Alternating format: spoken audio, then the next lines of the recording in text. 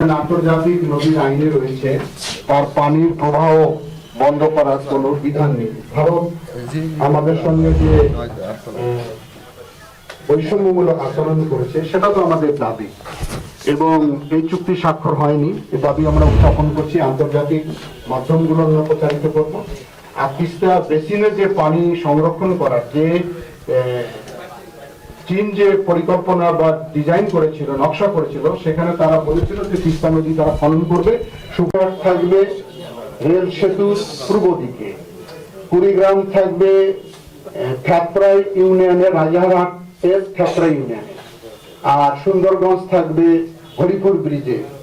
এখানে বিক্ষিপ্ত বিচ্ছিন্ন ভাবে কিছু কর্মসূচি আমাদের রয়েছে, পদযাত্রা রয়েছে, মশাল প্রজ্বলিত আছে, এবং এই তিস্তা পাড়ের জীবন কাহিনী নিয়ে কিছু নাটক, কিছু জারি গান, পালা গান, এগুলো পরিবেশিত হবে এই অঞ্চলগুলো।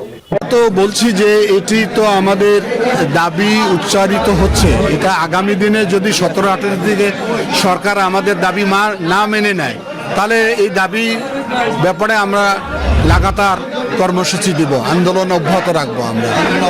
জি, অবশ্যই।